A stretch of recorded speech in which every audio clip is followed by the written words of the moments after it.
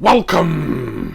So as many of you know, I'm a massive documentary fan. Documentary films and documentary TV series, probably my two favourite genres with the arguable exception of British sitcoms. This is a documentary review today, and one of my particularly most favourite, if favourite's the appropriate term, areas when it comes to documentaries is World War II. You may remember last year I reviewed the epic 26-part, I think it is, Thames television series, The World at War from the early 70s. Absolutely outstanding piece of documentary filmmaking. Please go and check that out and any of my other documentary or movie reviews in the appropriate playlist that this will be found in. I gave The World at War 9.5 out of 10, and there is only one more documentary series, one other, that I would rank at 10 out of 10, and that's not something that I'm reviewing today.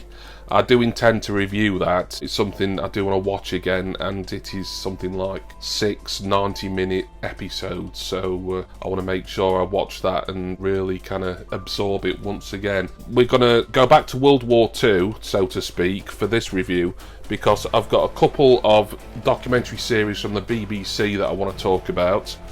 The Nazis, A Warning from History. This, I think, was from 1997. And also The Dark Charisma of Adolf Hitler. This one, I think, was around 2013, 2014.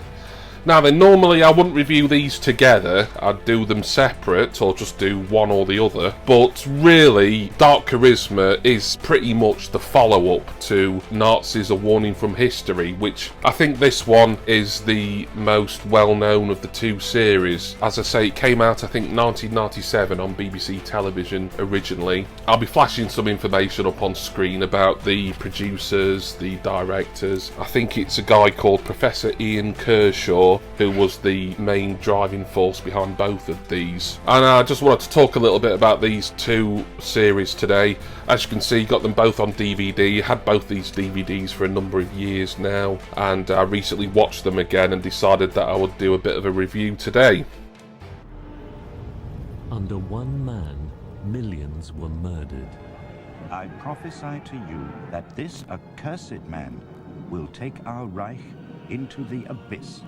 His oratory helped turn a fringe party into a mass movement.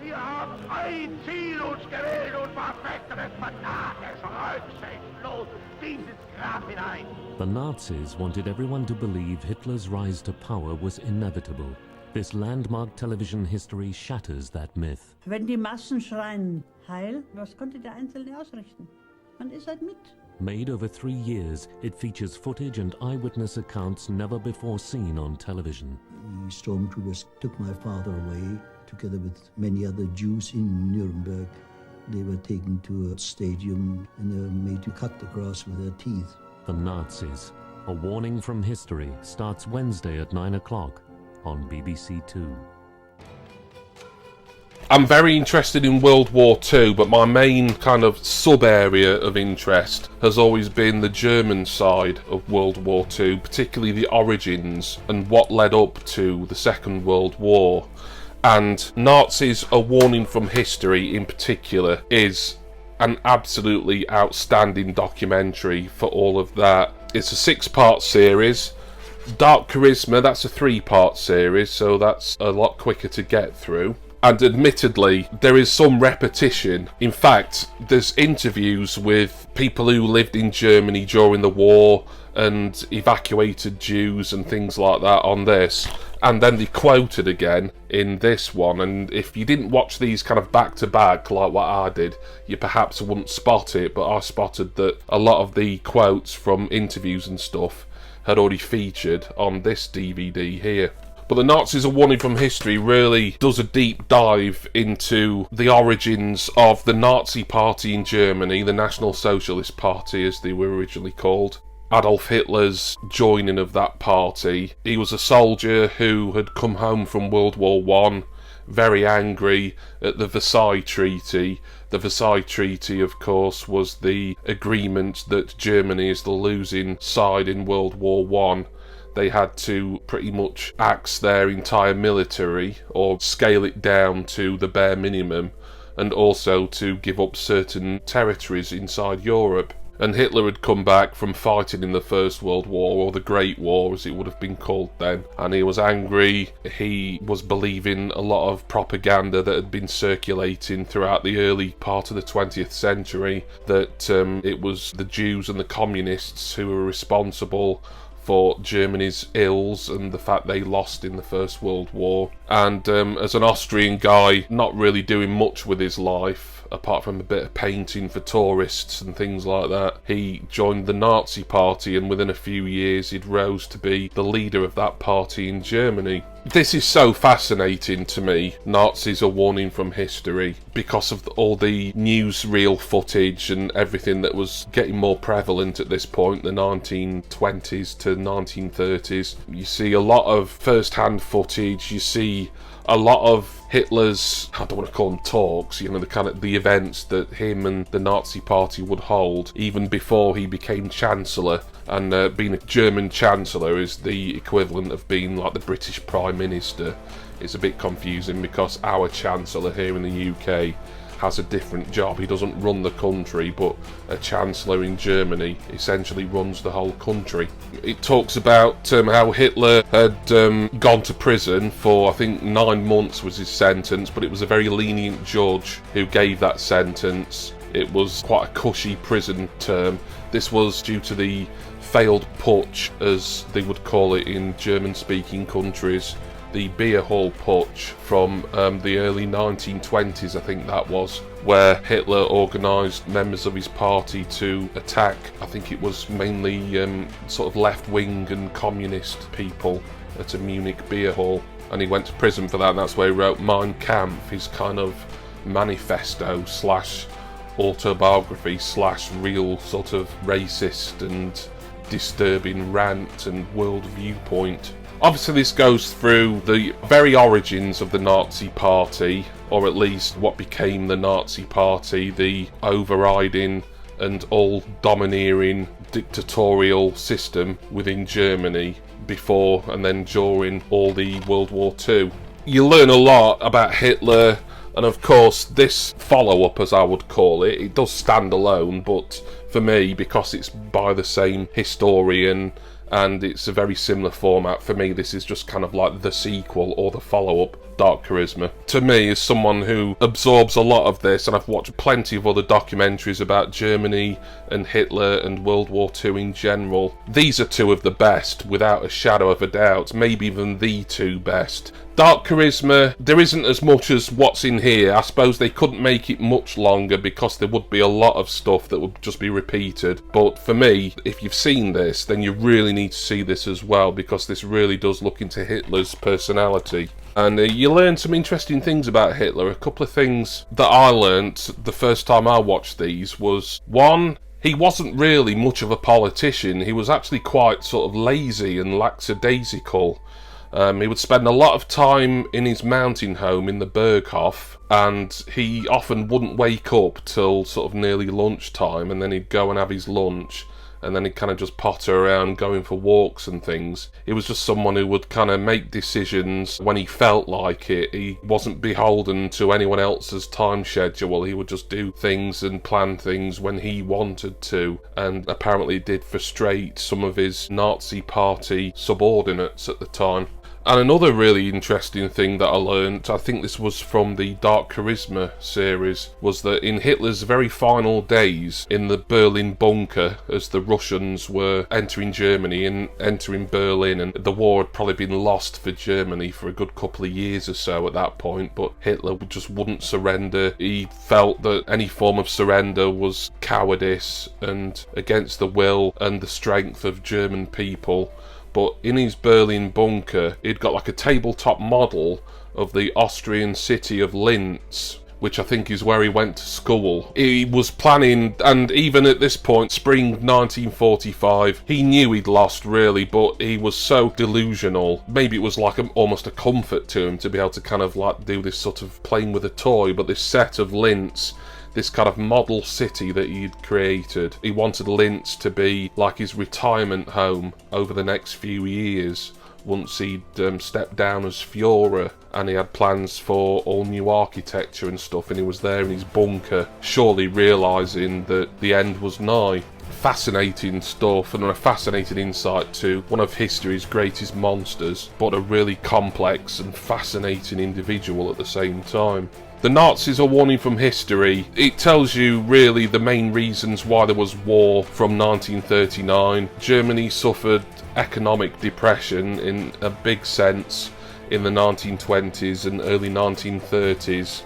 Not only were they paying reparations for World War One, but then there was the Wall Street crash in America, and that sort of set Germany back to square one again. That's when this far-right politics began to gain more traction, and although the Nazis had fought various elections in the late 1920s to early 1930s, up until a certain point in the early 30s they'd never really gained much of the public vote. The only way Hitler could become leader of the country was via an agreement with the President Hindenburg. He's like the head of state.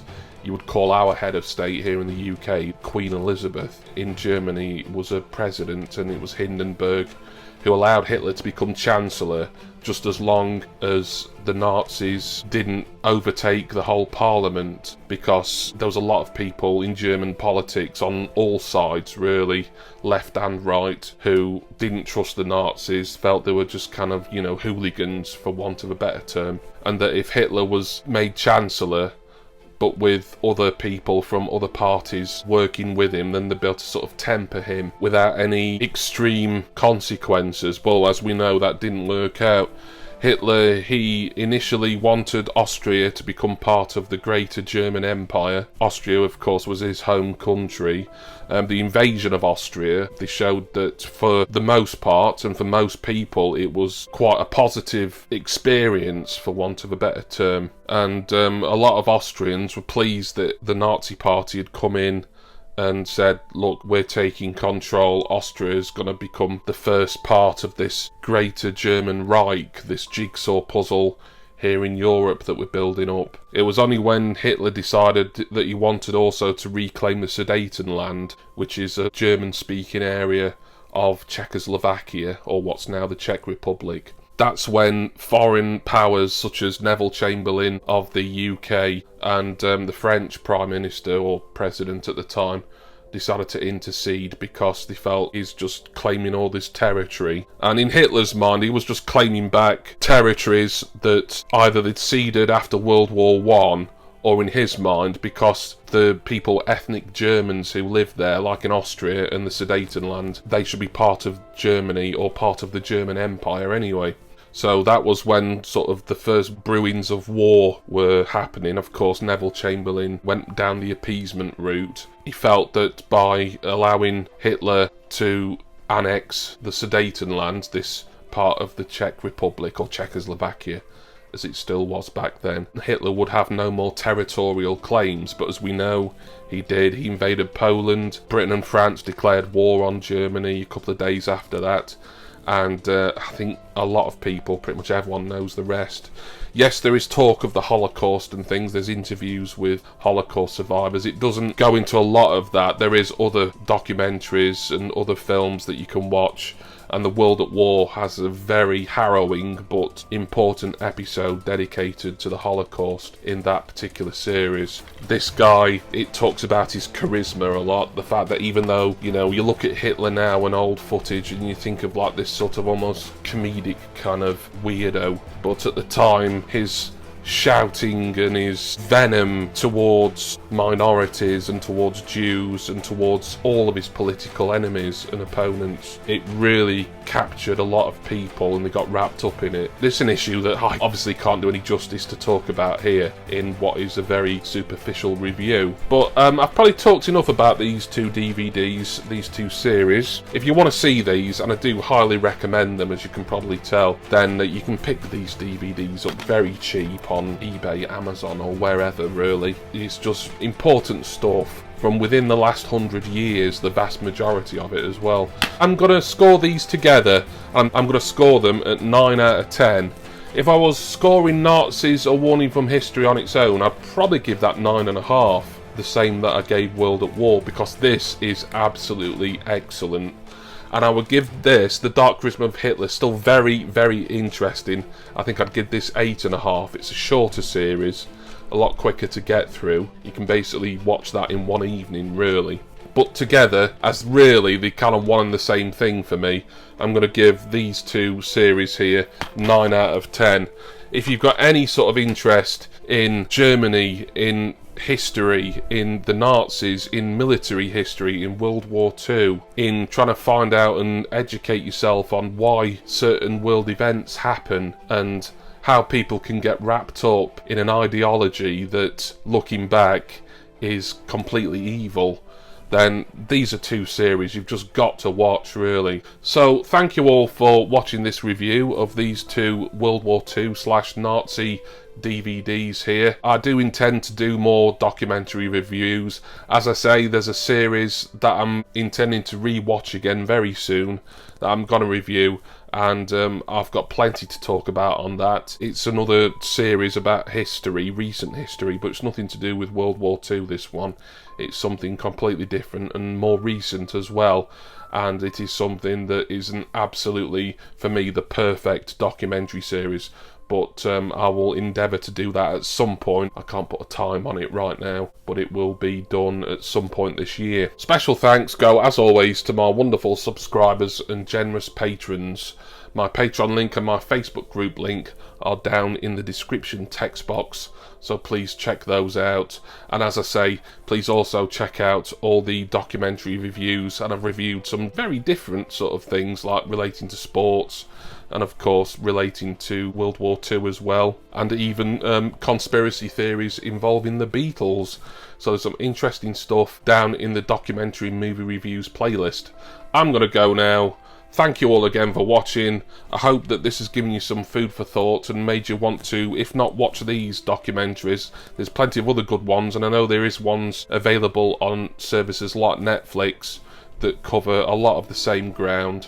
So there's plenty of stuff out there in what is really, for me, arguably the most fascinating and unique period of world history that our parents, grandparents, great-grandparents, etc. actually lived through. I do hope that you will join me all again next time for my next documentary review. Cheers, everyone. See ya!